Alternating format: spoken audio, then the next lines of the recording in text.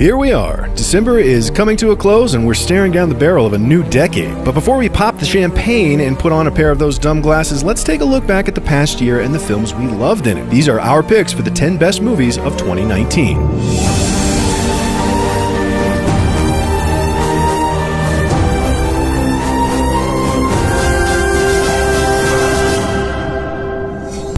There were a lot of good movies this year, so we have to break it down by category. Let's start big. This year on the blockbuster front, we were most impressed by movies like John Wick: Parabellum, pushing its set pieces to their most bombastically heightened conclusions, and Ford vs. Ferrari that would have been just a better-than-average biopic if it weren't for the rip-roaring driving scenes. And don't tell anyone we said this, but we actually loved Alita: Battle Angel, and we're sorry it bombed so bad we likely won't get to see another one. However, there's nothing quite so climactic as finishing off a decade with the capstone to the most expensive story ever told. So for our first pick, we gotta go with Avengers: Endgame. You know, I keep telling everybody they should move on and grow.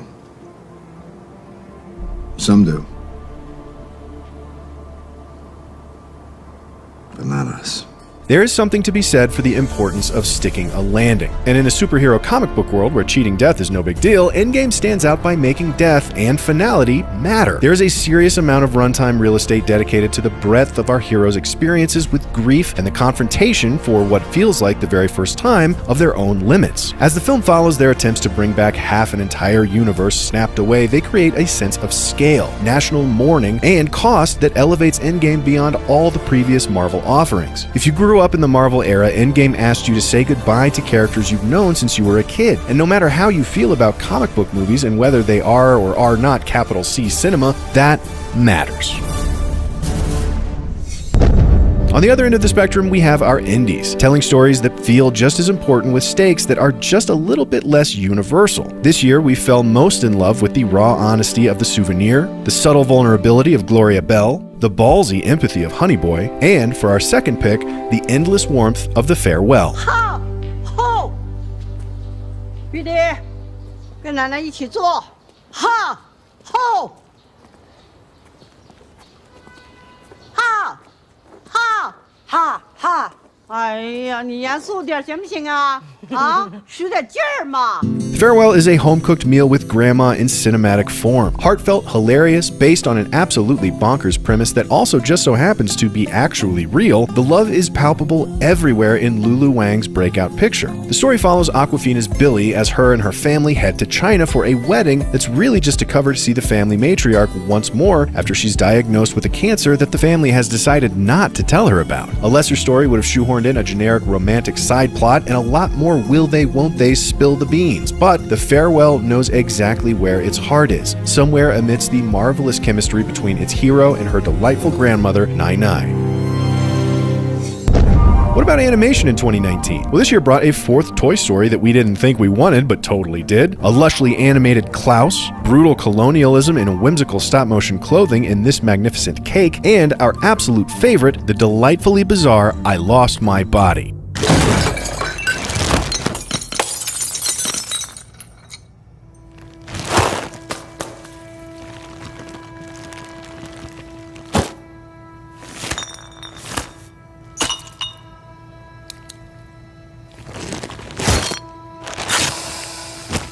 A boy loses his hand, and I Lost My Body is the story of how he puts himself back together. Except, instead of following the boy, it follows his hand, crawling its way back to him like a five-legged flesh crab. Well, sometimes. Other times it looks like a tiny little person, and somehow you end up feeling for the strange little bugger. Him and his owner both, and for a surprising amount. Most films, in one way or another, engage with our experience of sight. Quite a few engage equally with our experience of sound. But it's a rare film that renders a sense of touch quite so cinematically as done here, evoking sense memories so powerfully specific that you can almost feel them as you watch. It's a point of view from which we've never seen a story before, and it's completely impactful in the telling. 2019 was yet another good year for exciting cinematic documentaries. The capitalist culture clash of American Factory, the meta-cinema of Varda by Agnes, the magnificently time-traveling restoration of They Shall Not Grow Old, the powerful love amidst destruction of For Sama, the ever-better ninth installation of 63 Up, but the one that really blew us back into our seats like 5 million pounds of rocket fuel had to be Apollo 11. 10, 9, ignition sequence start.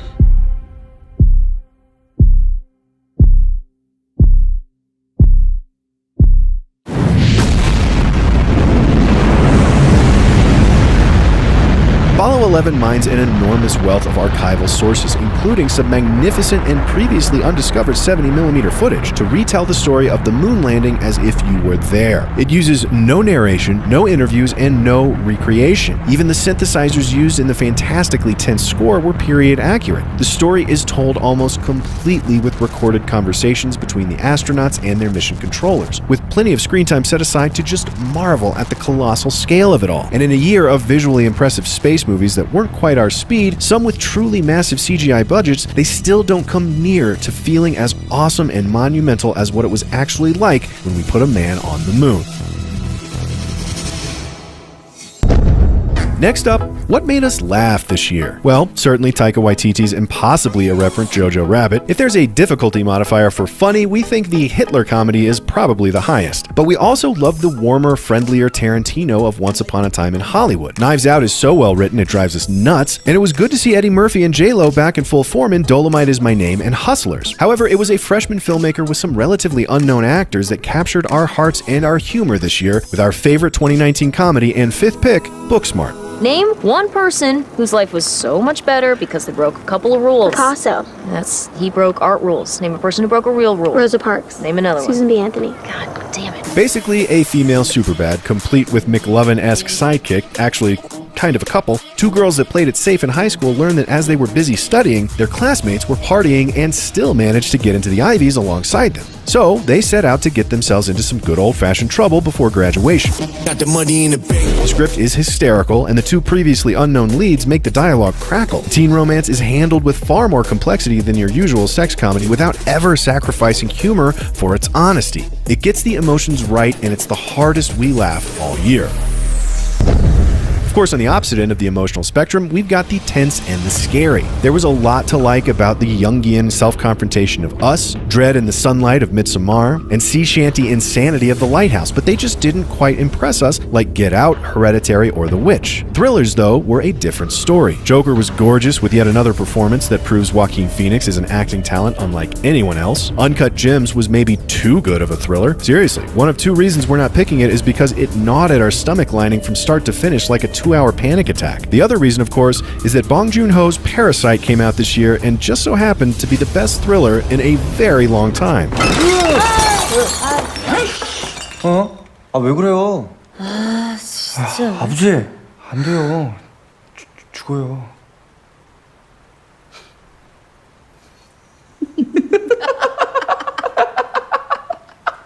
뭐야?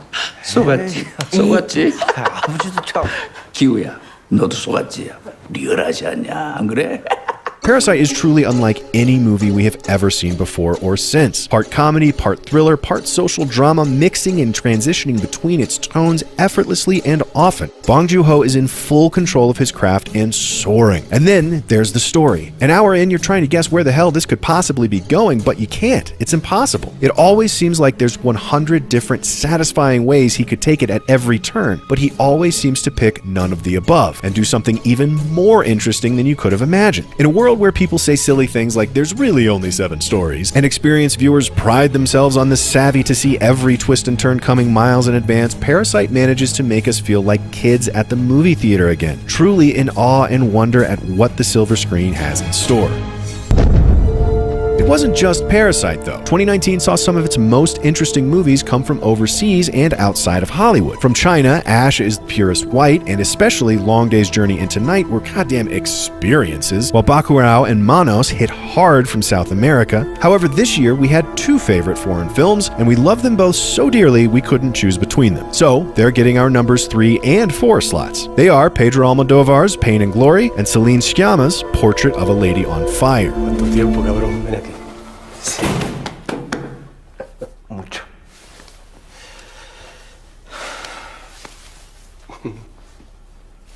¿Me habrías reconocido si me ves por la calle? Tendría que haberme fijado, pero sí. Los ojos son los mismos. Non, j'ai pas touché. Non, je n'ai pas touché. Ça y est, c'est bon. Vous avez touché. Concentrez-vous. À vous.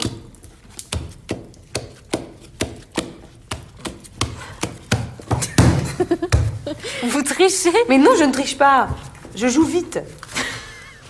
In Pain and Glory, we see Almodovar reach for new personal and autobiographical heights, while his lifelong collaborator, Antonio Banderas, delivers a performance subtle and honest so far beyond what we had previously thought him capable. It's the story of an aging director in Madrid struggling with health and art, turning to heroin in his 50s, mending fences and then breaking them again, and remembering his past. The film is at its best when Banderas shares the screen with his aging mother or with his former lover, and although neither episodes are very long, that sort of seems like the point. You love them so much you really wish they wouldn't go. And then there's the final shot. It's neither tragic, heroic, melodramatic, nor flashy, but there's a power in its simplicity that just broke us into tears. There's less mystery surrounding the tears that flooded the theater after Lady on Fire's ending, but they felt very much the same. Shyama's quiet, gentle masterpiece follows 3 women alone in an estate on an isolated island over the course of a week. Heloise is to wed against her wishes, Marianne is to paint her portrait, also against Heloise's wishes, and Sophie, the maid, falls pregnant but doesn't want it. The rest is simple. They pass the time, paint a portrait, fall in love, slowly and then very fast. Much of the movie is filled with silent looking, regarding, observing, painting. But God, does Shyama fill each look and brushstroke with such meaning. You never miss the dialogue because each quiet moment is so very full. And by the end, the only thing you miss is exactly what you're supposed to.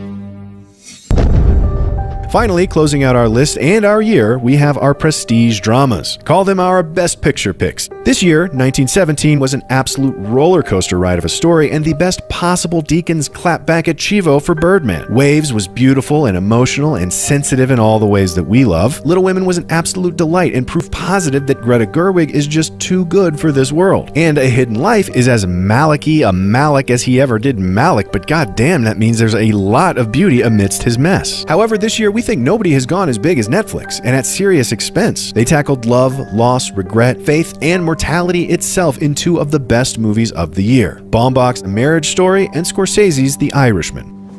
What's this? It's a manila envelope, love. Ooh, can I start over? There's my name on it.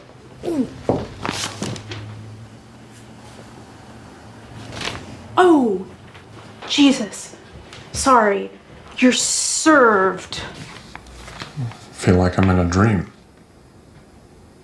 We don't have a marriage anymore. I know you don't want the disruption, but you don't want to be married. Not really. But I don't want this. There's been a change. Instead of going up right away, we're gonna hang around tomorrow morning and then go up, drive up. No, but I told Jimmy that we were gonna be up in the morning. I told Jimmy we were gonna be up in the morning. What? Frankie, we did all we could for the man. Marriage Story sees Baumbach channeling Bergman and his own marriage to Jennifer Jason Leigh into a personal, sometimes funny, often devastating portrait of the parade of 1,000 little heartbreaks that come with divorce. The acting is just as good as everyone singing its praises says it is, and the empathy for all involved is practically endless. The whole thing is so clearly somebody's fault, but nobody really seems to deserve the blame. They're all doing their best, and they hurt each other deeply in the process. But beneath all this pain and the resentment it turns into, over and over Baumbach finds an irrepressible compassion in his characters that gives us hope that it may well be there in us as well. Then there's The Irishman. It may not be a movie for everyone, but my God, was it the movie for us. You came in expecting another Goodfellas, another Casino, another gangster story with rapid-fire montage and a bunch of Rolling Stones cues and every talented Italian-American actor there ever was, and you get that for a little while until you look down and realize it's become something else entirely right beneath your feet. Because it's been 30 minutes since the last music cue, and suddenly you just feel so hollow and sad, as if the best parts of your life are behind you, but you still have so far to go and no way to turn back time and undo your mistakes, no matter how hard you try. It brings together the 2 most prominent trends of Scorsese's career, the criminal epic and the religious contemplation, and seams them together in a beautiful alchemy that feels like his entire filmography has been building towards this very moment. It's Marty in conversation with himself, reevaluating all the fun he had with his lovable scoundrels, shouldering the full weight of the remorse a life of crime really begets. It aches with the heaviness of existence, which is why it's one of our absolute favorites of the year.